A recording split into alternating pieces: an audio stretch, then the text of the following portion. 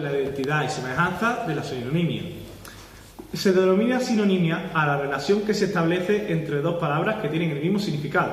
Se trata de una relación de identidad entre significados. Como ejemplo encontramos aceituna y oliva o dentista y odontólogo. En las prácticas, dos palabras sinónimas se pueden intercambiar en cualquier contexto sin que con ellas suponga efectos comunicativos en relación al significado ni en el valor de verdad de la proposición.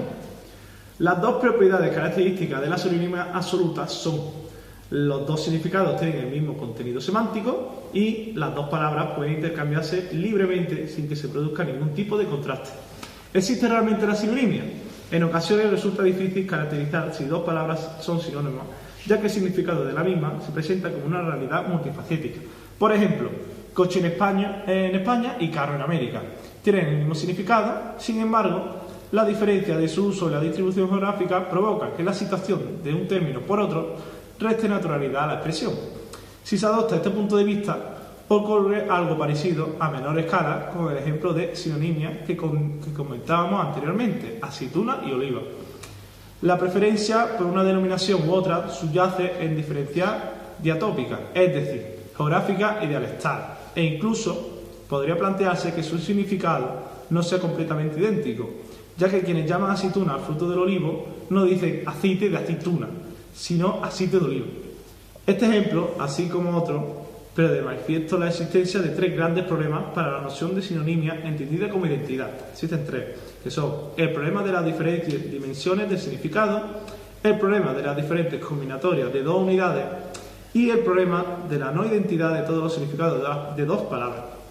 Esta cuestión plantea un debate entre los lingüistas. Algunos consideran que no hay dos palabras que compartan su significado completamente y que por tanto no existen los sinónimos absolutos.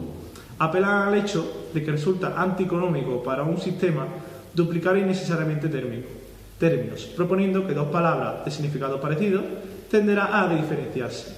Sin embargo, otros lingüistas sí que sostienen que es posible encontrar sinónimos absolutos, los cuales poseen el mismo significado y son intercambiables en cualquier contexto, cumpliendo los requisitos que anteriormente comentábamos. Como ejemplo se propone prisión y cárcel, o el trío jersey, suéter y pullover. Una manera razonable de terciar este debate es preguntándose cuál es el interés descriptivo y explicativo de la sinonimia. Nos estábamos planteando, por tanto, en qué resulta útil. Las relaciones de significado son interesantes en la medida en que permiten identificar patrones en la organización del léxico de una lengua. De tal modo, una noción estricta de sinonimia resulta escasamente rentable, ya que el número de términos que pueden cumplir estos requisitos son muy pocos. Es por ello que las potencialidades explicativas de la noción de sinonimia sí que aumentaría considerablemente si se flexibilizan ligeramente las condiciones o requisitos propuestos, consiguiendo así un número mayor de relaciones significativas. Ahora vamos a hablar sobre los criterios para la identificación de los sinónimos. En primer lugar, pasamos a resolver uno de los problemas que ha citado mi compañero anteriormente, que es el de las diferentes dimensiones de significado.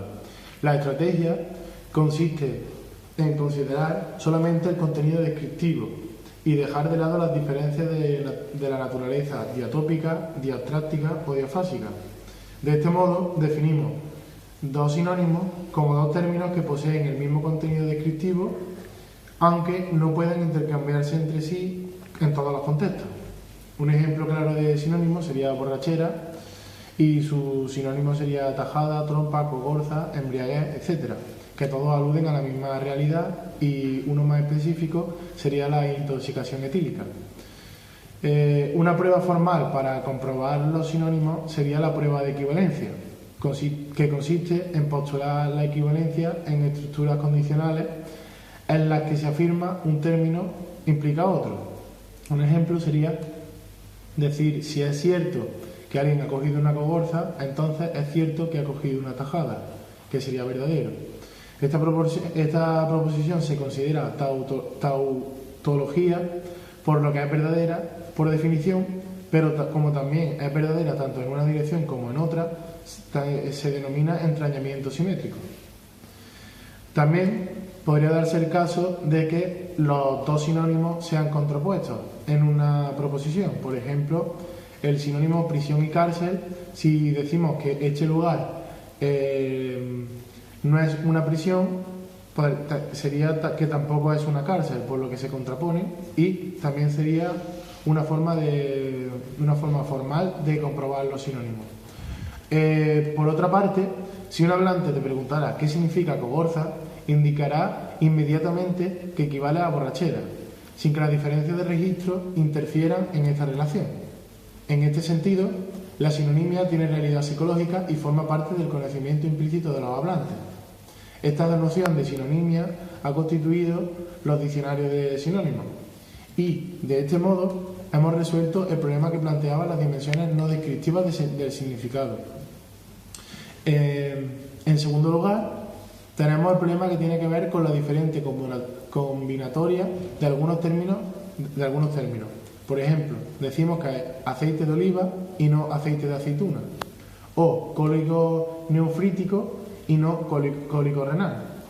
La solución está en considerar que tanto una como otra son correctas, pero hoy en día se han establecido unas que son las que tienen preferencia y se consideran correctas. Esta decisión es ajena al significado y no debe considerarse como una prueba de la identidad de los contenidos semánticos. Voy a terminar hablando de los criterios para la identificación de sinónimos. Por último, está el problema que plantean aquellas palabras que tienen en común solo una parte de su significado. Es lo que ocurre con bajar y descender. Así, entre las acepciones que encontramos en el DRAE para bajar y descender se encuentran las siguientes. 2. Es fácil notar que no todas las acepciones son comunes. La acepción 4 de descender, por ejemplo, no está presente en bajar.